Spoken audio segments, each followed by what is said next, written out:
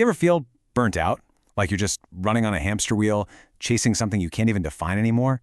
Well, what if I told you that the secret to getting off that wheel might be hiding in a 700-year-old Korean poem? I know, it sounds a little out there, but stick with me. Because this poet's moment of crisis from centuries ago might just be the wake-up call we all need today. It all kicks off with a simple and honestly kind of weird question. You've got a poet, he's standing by the sea, and there's a seagull that is apparently laughing at him. I mean, what does a guy have to do to get heckled by a bird? The answer to that question, well, that's the whole point of this amazing piece of writing. All right, so let's jump in our time machine. We're heading back to 14th century Korea to a place called Byeong-nan-do. It's this super busy international port. And our guy is a man named Yu-suk. He's a big deal, a high-ranking scholar and official. On paper, he has it all. Or so it seems. But on this particular day, a run-in with a local bird is about to make him question every single choice he's ever made. Okay, before we actually read the poem, we need a quick primer on the language it was written in, Hanja. Now, you might be looking at these characters and thinking, hey, wait, aren't those just Chinese characters? And, well, you're not wrong, but you're not entirely right either.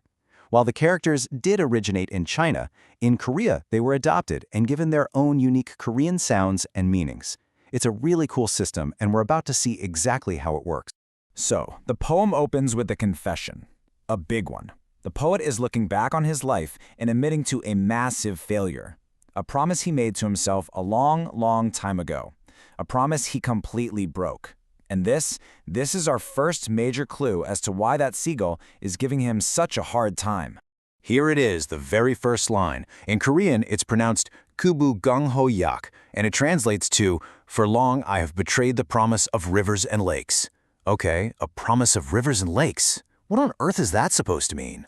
This promise of rivers and lakes, or Gang-ho-yak, it's not about a weekend fishing trip. It's a metaphor for a deep, personal commitment to a whole different way of living. It's about choosing a simple life in nature over chasing power and status. It's basically the 14th century version of quitting your soul-crushing 9-to-5 to go live off-grid. Yeah, turns out the desire to escape the rat race is nothing new.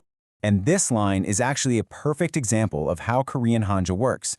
Let's break it down. You see that first character? That's gong, pronounced gong, and it means river.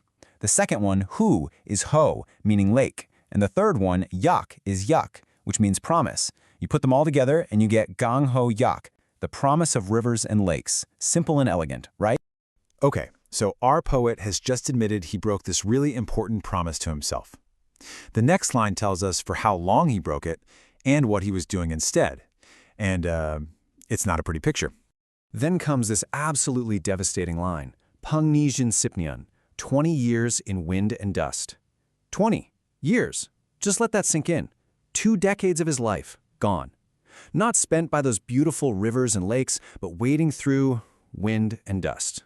So what exactly is this wind and dust? Well, it's another brilliant metaphor. It stands for the dirty, chaotic, messy world of politics, ambition, and worldly affairs. It's the 14th century equivalent of your overflowing inbox, the endless meetings, the office drama. It is the grind. And our poet has been stuck in it for 20 long years.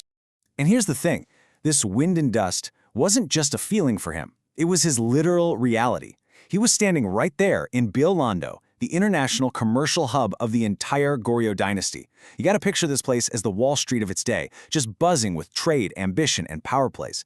He was physically at the epicenter of the exact world he secretly wanted to escape.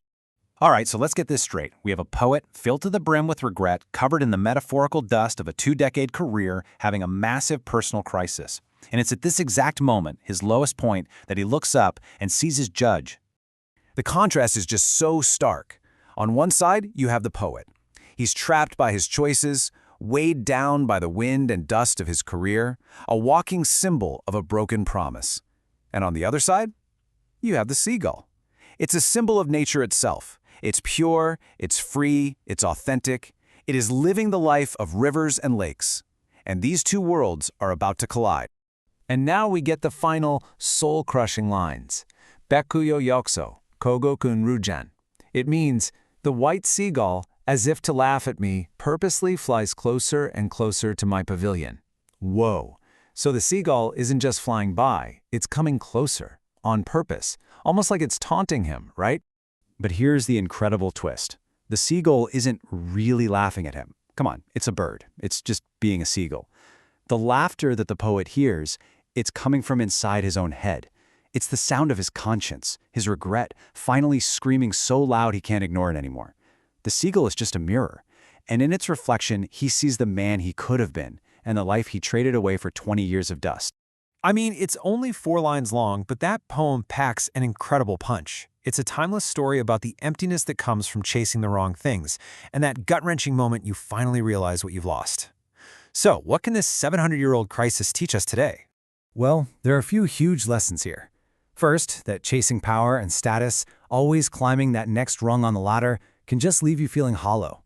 The poet's deep regret shows us how useless all that ambition really was. This points to a powerful Korean concept called jijok, which basically means knowing when you have enough. It's about finding real contentment in an authentic life, not just piling up achievements. And finally, it's a powerful reminder that sometimes you just have to step away from the chaos, look at the natural world, and let it be a mirror for your own life.